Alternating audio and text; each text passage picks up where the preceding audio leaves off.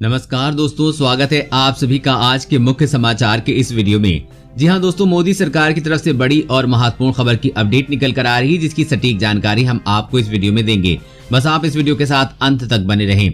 इसी के साथ दोस्तों, आज की बड़ी खबरों में आपको बताएंगे कि 24 घंटे में इन दो बैंकों के ग्राहकों को झटका, नहीं निकाल पाएंगे पैसे, लगी पाबंदियां।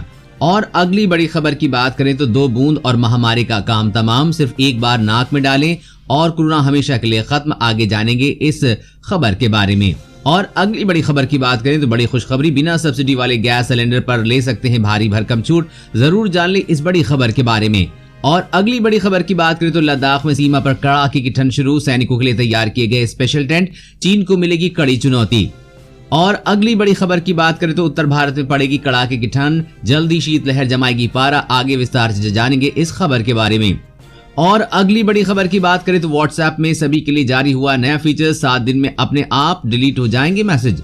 और अगली बड़ी खबर की बात करें तो वायरस से लड़ने को भारत तैयार, 150 करोड़ डोज की कर ली एडवांस बुकिंग। पूरी खबर जानने के लिए बने रहिए हमारे साथ। जी हां दोस्तों, ऐसी और भी कई बड़ी खबरों की अपडेट निकल कर आ रही है, जिसकी सटीक जानकारी आपको इस वीडियो में देंगे। लेकिन उससे पहले आपसे एक छोटी सी रिक्वेस्ट है कि मुझे इस वीडियो को बनाने में बहुत मेहनत लगती है, तो इस मेहनत के लिए वीडियो पर एक लाइक जरूर कीजिएगा। साथ ही वीडियो के नीचे दिए गए इस लाल बटन को दबाकर चैनल को सब्सक्राइब कीजिए और इस घंटी को भी दबाइए, ताकि आपको दिन भर की बड़ी खबरों की जानकारी लगातार मिलती रहे।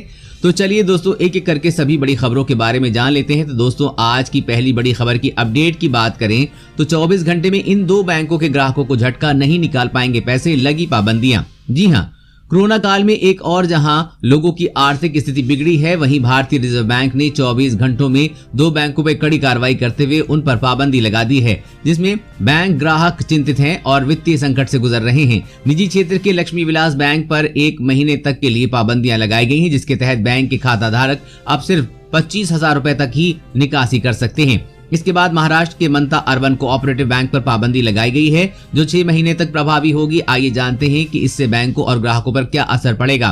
कर्ज देने या जमा राशि स्वीकार करने पर पाबंदी है। आरबीआई ने महाराष्ट्र के मनता अर्बन कोऑपरेटिव बैंक पर धन के भुगतान और कर्ज के लेन देन को लेकर 6 माह के लिए पाबंदी लगा दी है।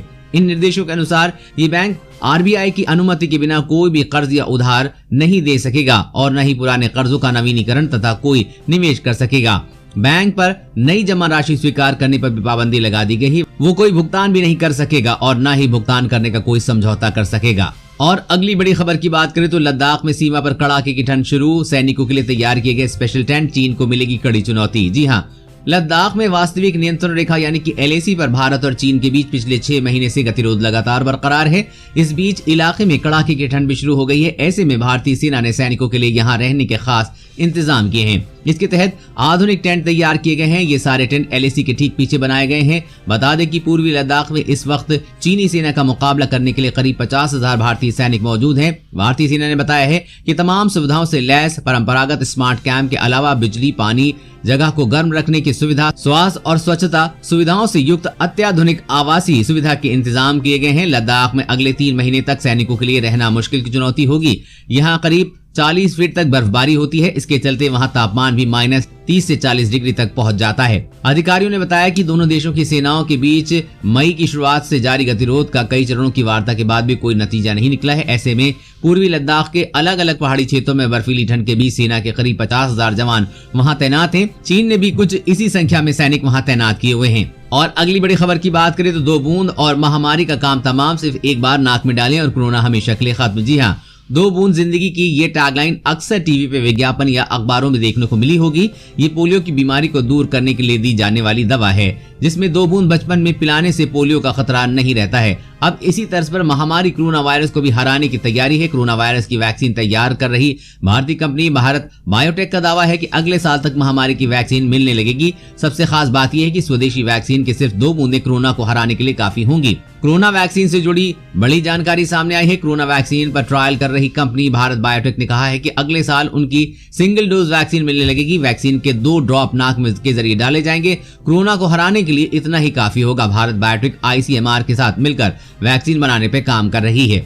और अगली बड़ी खबर की बात करें तो आलू प्याज की कीमत ने बिगाड़ा आम आदमी की रसोई का बजट। सिर्फ 13 दिन में बढ़े 20 रुपए 25 रुपए प्रति किलो तक दाम। जी हाँ, आलू प्याज के बढ़ते दाम का सीधा असर आम आदमी की रसोई की बजट पर पड़ा है। लगातार बढ़ोतरी के बाद उम्मीद जताई जा रही थी कि दिवाली के बीतने के बाद शायद कीमत में कुछ गिरावट आए, लेकिन इनकी कीमतों में खास कमी नहीं आई है। दिवाली के बाद भी आलू और प्याज के दाम ऊंचे बने हुए हैं।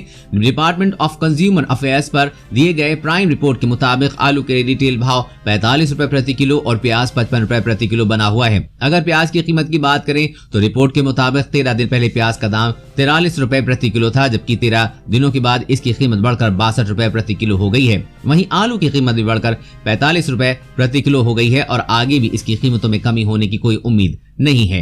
और अगली बड़ी खबर की बात करें तो भारत में पड़ेगी कड़ाके की ठंड, जल्द शीतलहर जमाएगी पारा। जी हां, पहाड़ों पर बर्फबारी के साथ ही दिल्ली, उत्तर प्रदेश, पंजाब, हरियाणा समेत समूचे उत्तर भारत में ठंड बढ़ गई है। मौसम विभाग की माने तो अगले 24 से 48 घंटे में पहाड़ी क्षेत्रों से होकर आने वाली ठंडी उत्तर पश्चिमी हवाओं के प्रभाव से पंजाब, हरियाणा, दिल्ली समेत मैदानी राज्यों में तमाम जगहों पर तापमान में भारी गिरावट होगी। सीजन के पहले सक्रिय पश्चिमी विक्षोभ के बाद एक नया पश्चिमी विक्षोभ उत्तर भारत के पर्वतीय राज्यों के मौसम को प्रभावित करने वाला है। ये सिस्टम अगले 24 घंटों में उत्तर भारत में पहुंचेगा और 48 घंटों तक पर्वतीय क्षेत्रों में बारिश की गतिविधियों और बर्फबारी होगी, जबकि निचले इलाके में बारिश हो सकती है। इसके बाद 48 घंटों का एक ब्रेक मिलेगा और 48 घंटे के बाद फिर से नया मौसमी सिस्टम दस्तक दे सकता है। इससे पूरे उत्तर भारत में कड़ाके की ठंड पड़ेगी। और अगली बड़ी खबर की बात करें तो वायरस से लड़ने को भारत तैयार, 150 करोड़ डोज कर ली है एडवांस बुकिंग। जी हां, भारत सहित दुनिया भर के कई देशों में कोरोना वायरस की काट ढूंढने के लिए वैक्सीन का परीक्षण जारी है। कई कंपनियों ने परीक्षण से अच्छे नतीजे मिलने देख बड़े पैमाने पर वैक्सीन के उत्पादन की शुरुआत की गई है। वहीं बड़े बड़े देशों ने अब वैक्सीन की खरीद की ओर ध्यान देना शुरू कर दिया है। भारत ने भी 150 करोड़ से अधिक डोज खरीदने की बात फाइनल कर ली है। वैक्सीन डोज खरीदने के मामले में भारत तीसरे स्थान पर है। अमेरिका और यूरोपीय यूनियन क्रमशः पहले और दूसरे स्थान पर हैं। भारत 1.5 अरब से अधिक डोज खरीदने की पुष्टि कर चुका है, जो कि यूरोपीय यूनियन की 1.2 अरब डोज और अमेरिका की 1 अरब डोज से अधिक है। लेकिन अमेरिका और यूरोपीय यूनियन अपनी संभावित खुराक खरीद के कारण आगे हैं। भारत पहले से ही ऐसे लोगों की पहचान करने को प्राथमिकता दे रहा है जिन्हें पहले टीका लगाया जाएगा। वैक्सीन प्रशासन पर गठित राष्ट्रीय विशेषज्ञ समूह एक पूरी तरह से प्रभावी वैक्सीन आने के बाद लोगों को अधिकतम संख्या को टीका लगाने के लिए समयबद्ध प्रक्रिया पर काम कर रहे हैं। और अगली बड़ी खबर की बात करें तो वायु प्रदूषण से 23 राज्यों के 100 से अधिक शहरों की हालत खराब, केंद्र सरकार ने उठाए ये कदम।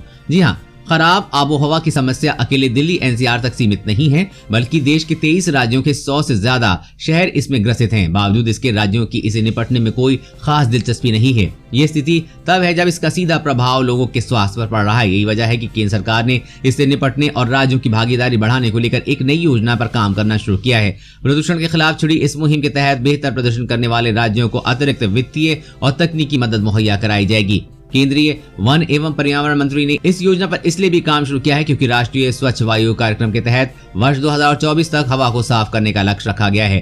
प्रदूषण की स्थिति दिनों दिन गंभीर बनती जा रही है। गौरतलब है कि केंद्रीय वन एवं पर्यावरण मंत्रालय की ओर से हर साल राज्यों को पर्यावरण के संरक्षण के लिए वित्तीय मदद दी जाती है। साथ ही विकास कार्यों से प्रभावित हुए वन क्षेत्र को फिर से विकसित करने के लिए कैंपा फंड भी मदद की जाती है, लेकिन राज्य सरकारें इस फंड को डकार जाती हैं। लेकिन अब मोदी सरकार इसे लेकर कठोर कदम उठाएगी।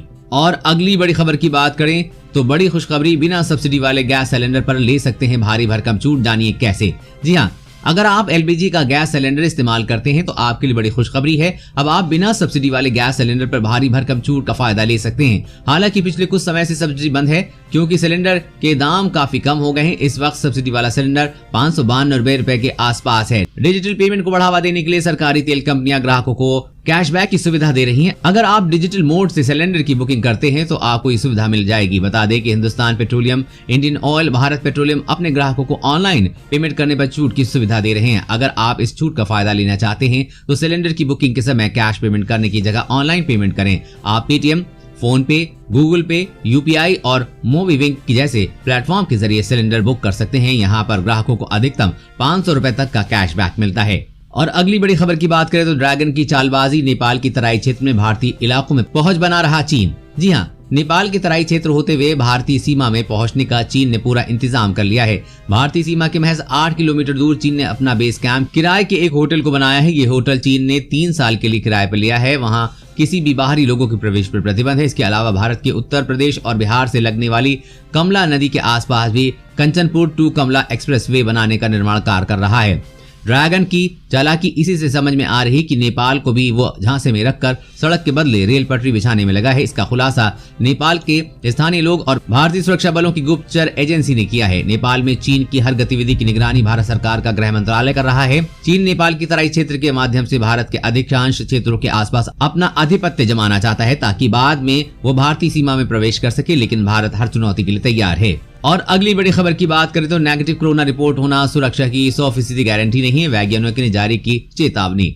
जी हाँ, यदि किसी व्यक्ति की कोरोना रिपोर्ट नेगेटिव है तो क्या मान लिया जाए कि ऐसा व्यक्ति किसी को कोरोना नहीं फैला सकता? वैज्ञानिक इससे कतई सहमत नहीं है। वो कहते हैं कि कोरोना की नेगेटिव रिपोर्ट सुरक्षित होने की कोई गारंटी नहीं है, बल्कि ये झूठी उम्मीद पैदा करती है। इसलिए कोरोना नेगेटिव रिपोर्ट होने के बावजूद व्यक्ति को उतनी ही सावधानी बरतनी चाहिए जितनी अन्य लोगों को। शोधकर्ता के दावे भी इस रिपोर्ट से मिलते जुलते हैं। वो कहते हैं कि कोरोना संक्रमित के संपर्क में आने के बाद लक्षण विकसित होने में 2-4 दिन लगते हैं। संक्रमण के पहले दिन टेस्ट किया जाए तो 100% गलत नेगेटिव रिपोर्ट आएगी। लक्षण आने के तुरंत बाद भी 38% गलत नेगेटिव रिपोर्ट आती है, जबकि 3 दिन बाद भी 20% तक गलत रिपोर्ट आती है। संक्रमण के 5वें दिन के बाद ही जांच में कोविड-19 वायरस को पकड़ पाना संभव हो पाता है, इसीलिए सावधानी बरतना बेहद जरूरी है। और अगली बड़ी खबर की बात करें तो व्हाट्सएप में सभी के लिए जारी हुआ नया फीचर 7 दिन के बाद अपने आप डिलीट हो जाएंगे मैसेज। जी हाँ, व्हाट्सएप का डिसअपियरिंग मैसेज फीचर सभी के लिए ग्लोबली जारी कर दिया गया है। आप अपने व्हाट्सएप को अपडेट करके इस फीचर को चेक कर सकते हैं। नए अपडेट के बाद आपके पास एक विकल्प होगा कि आप किसी मैसेज को कब डिलीट करना चाहते हैं। इसकी सेटिंग आपको मैसेज भेजने से पहले ही करनी होगी।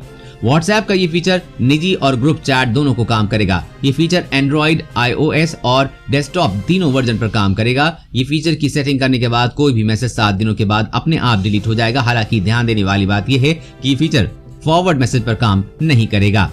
दोस्तों, आज की खबरों बस इतना ही। इसी तरह हर रोज काम की खबरें जानने के लिए आप हमेशा हमारे साथ जुड़े रहें। हमारे साथ जुड़े रहने के लिए वीडियो के नीचे दिए गए इस लाल बटन को दबाइए और साथ ही इस घंटी को भी दबाइए ताकि आपको हर खबर की सटीक जानकारी मिल सके। जय हिंद।